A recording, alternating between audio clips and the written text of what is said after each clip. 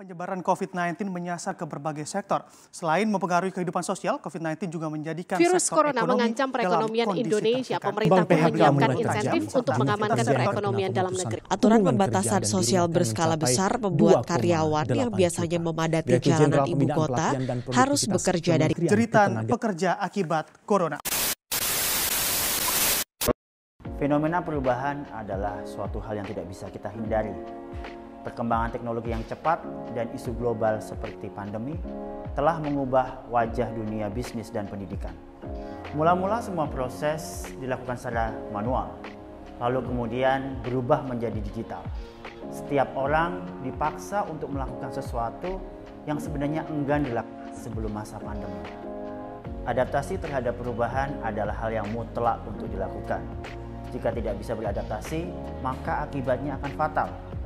Data menunjukkan bahwa sebanyak 75% bisnis startup di Indonesia mengalami kondisi finansial yang baik sebelum masa pandemi. Namun demikian, setelah masa pandemi, sebanyak 35% dari mereka hanya memiliki kondisi yang baik-baik saja. Ini menunjukkan bahwa bangsa Indonesia tidak memiliki kesiapan dalam menghadapi perubahan. Pertanyaannya adalah seberapa baikkah manusia dalam menghadapi perubahan? Studi ilmiah menunjukkan bahwa otak manusia dirancang untuk menemukan pola yang konsisten yang akan mendorong proses otomatis yang kemudian kita sebut sebagai kebiasaan.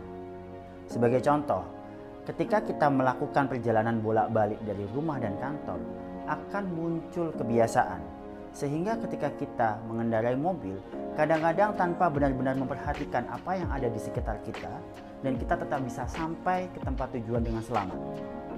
Apa yang terjadi di sini adalah otak telah memprogram tubuh kita untuk bergerak secara otomatis, dan kita bisa melakukannya tanpa ada kontrol kesadaran yang tinggi terhadap apa yang tengah kita lakukan. Perubahan sayangnya adalah kebalikan dari kebiasaan.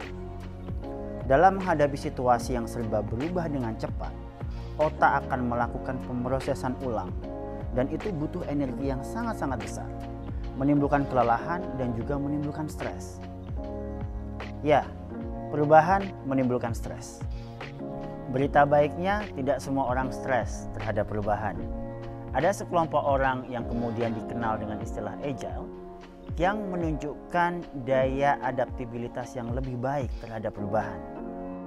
Orang-orang ini meskipun menunjukkan gejala fisiologi seperti stres, namun performa kerjanya tetap terjaga. Penelitian kami menunjukkan bahwa orang-orang agile justru menjadikan stres sebagai bahan bakar untuk mereka mencapai kinerja terbaiknya.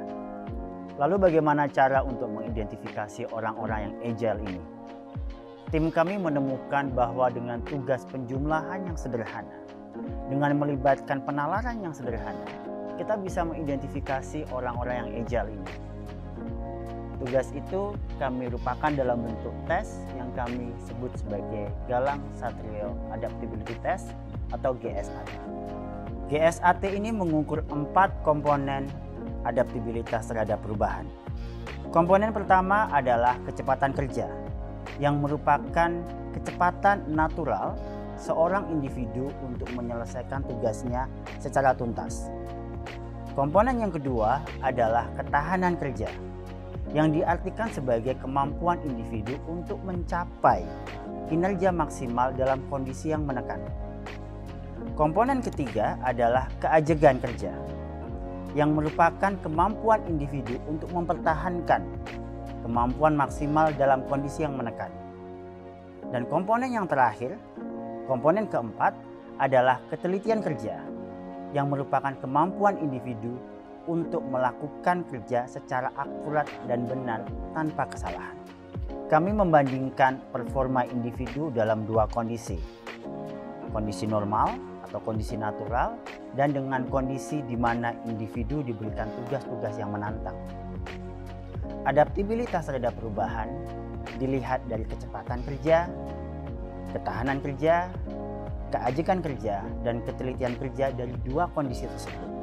Seberapa besar perubahan yang dialami oleh individu ketika mereka melakukan tugas tersebut dalam kondisi yang normal dibandingkan dengan ketika mereka melakukan tugas pada kondisi yang benar. Lalu apa manfaat dari tes GSAT? Selain untuk seleksi calon karyawan dan siswa untuk menemukan individu yang bisa beradaptasi terhadap perubahan, instrumen ini juga bisa digunakan untuk memetakan kesiapan organisasi dalam menghadapi perubahan yang tidak pasti.